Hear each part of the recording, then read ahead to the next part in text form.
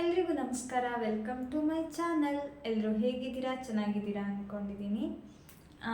ಸಂಜೆ ಆಗಿದೆ. Bread roast ಮಾಡೋದಕ್ಕೆ ಟೊಮೆಟೊ, ಈರುಳ್ಳಿ ಹಾಗೆ ಚೀಸು,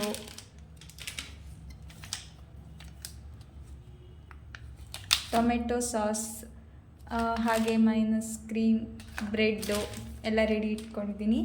ಮಿಲ್ಕ್ ಶೇಕ್ ಮಾಡೋದಕ್ಕೆ ಹಾಲು, ನೆನೆಸಿಟ್ಟಿರೋ ಡ್ರೈ ಫ್ರೂಟ್ಸು, ಐಸ್ ಕ್ಯೂಬು, ಆಮೇಲೆ ಬಾಳೆಹಣ್ಣು ಇಷ್ಟು ರೆಡಿ ಮಾಡಿ ಇಟ್ಕೊಂಡಿದ್ದೀನಿ. ಇವಾಗ ಒಂದೊಂದೇ ಮಾಡ್ತೀನಿ.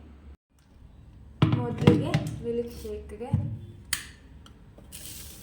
ಮಿಕ್ಸಿ ಜಾರ್ಗೆಲ್ಲ ಹಾಕಿ ಮಿಕ್ಸಿ ಮಾಡ್ಕೊತೀನಿ.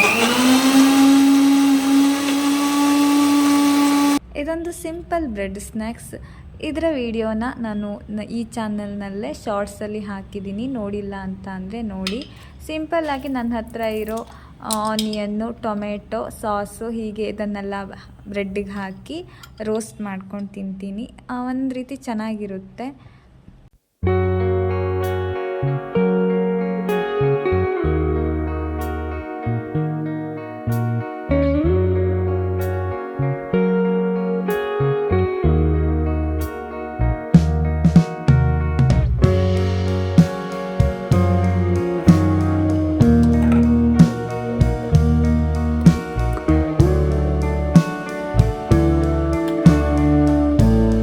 ಸ್ನ್ಯಾಕ್ಸ್ ರೆಡಿಯಾಗಿದೆ.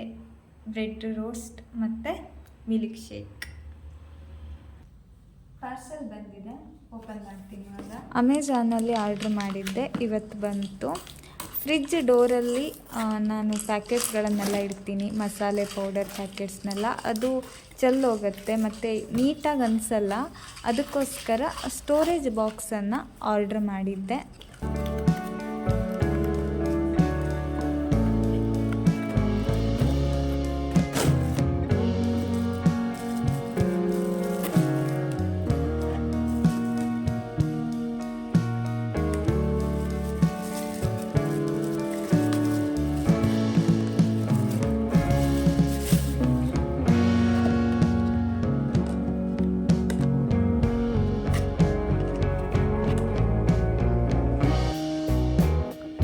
ಫ್ರಿಡ್ಜಲ್ಲಿ ಪ್ಯಾಕೆಟ್ಸ್ಗಳನ್ನೆಲ್ಲ ಇಡೋದಕ್ಕೆ ಈ ಥರ ಬಾಕ್ಸ್ಗಳನ್ನು ಆರ್ಡ್ರ್ ಮಾಡಿದ್ದೆ.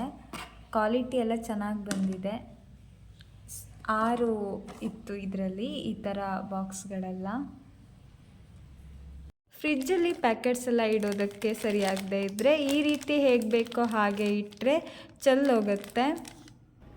ನಾನು ಇಷ್ಟು ದಿನ ಹೀಗಿಟ್ಟಿದ್ದೆ, ಅದು ನೀಟಾಗಿ ಕಾಣಿಸಲ್ಲ, ಹಾಗೆ ಚೆಲ್ಲೋಗುತ್ತೆ ಪೌಡ್ರೆಲ್ಲ.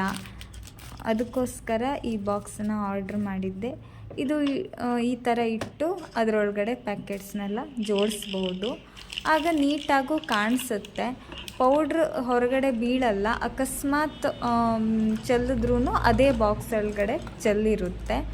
ನಂಗನ್ಸುತ್ತೆ ಪೌಡ್ರೇನೂ ಚೆಲ್ಲಲ್ಲ ಅಂತ. ಈ ವಿಡಿಯೋನ ಮೊದಲನೇ ಸಾರಿ ನೋಡ್ತಾ ಇದ್ದರೆ ಸಬ್ಸ್ಕ್ರೈಬ್ ಮಾಡಿಕೊಂಡು ವಿಡಿಯೋ ನೋಡಿ. ನೀವು ಸಬ್ಸ್ಕ್ರೈಬ್ ಮಾಡ್ಕೊಳ್ಳೋದ್ರಿಂದ ನಮಗೆ ಇನ್ನೂ ಹೆಚ್ಚಿನ ವಿಡಿಯೋ ಮಾಡೋದಕ್ಕೆ ಸಪೋರ್ಟ್ ಸಿಕ್ಕಾಗುತ್ತೆ. ಸಬ್ಸ್ಕ್ರೈಬ್ ಮಾಡೋದನ್ನ ಮರಿಬೇಡಿ, ಸಪೋರ್ಟ್ ಮಾಡಿ.